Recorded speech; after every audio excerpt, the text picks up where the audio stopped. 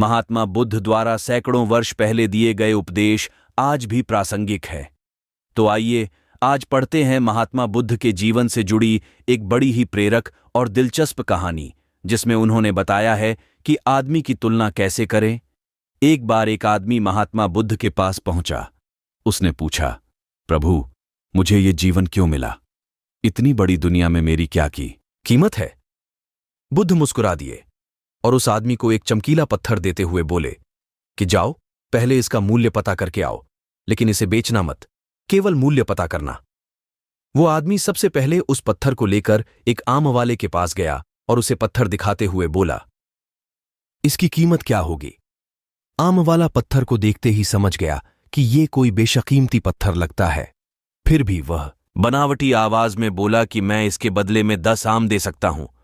आदमी वहां से चला गया और एक सब्जी वाले का पास पहुंचा, जिसने कहा कि मैं इसके बदले 1 बोरी आलू दे सकता हूं। अब उस आदमी को यह मालूम पड़ चुका था कि यह पत्थर वाकई में कीमती है, और फिर वो उसे लेकर एक हीरे के व्यापारी के पास पहुंचा। व्यापारी पत्थर को देखकर अचंभित रह गया। उसने कहा कि मैं तुम्हें इसके बदले 10 लाख रुपए दे सकता हूं।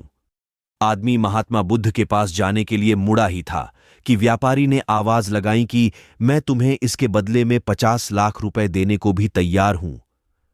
लेकिन आदमी नहीं रुका। व्यापारी ने गिड़गिड़ाते हुए फिर आवाज लगाई कि तुम मुझे बस वो हीरा दे दो, बदले में तुम जितना धन चाहो मैं देने के लिए तैयार हूं। आदमी नहीं माना और महात्मा बुद्ध के पास लौट गया। बुद्ध मुस्कुराकर बोले, आम वाले ने इसका मोल 10 आम लगाया, सब्जी वाले ने 1 बोरी आलू, और हीरे के व्यापारी ने कहा कि ये अनमोल है।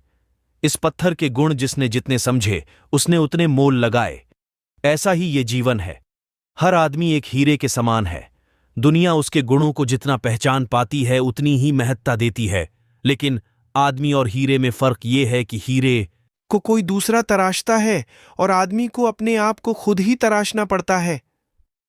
तुम भी अपने भीतर के गुणों को तराशो, तुम्हें पहचानने वाला भी कोई ना कोई मिल ही जाएगा। महात्मा बुद्ध की इस प्रेरक कहानी से हमें ये सीख मिलती है कि इंसान को उसके गुणों के आधार पर महत्व दिया जाता है।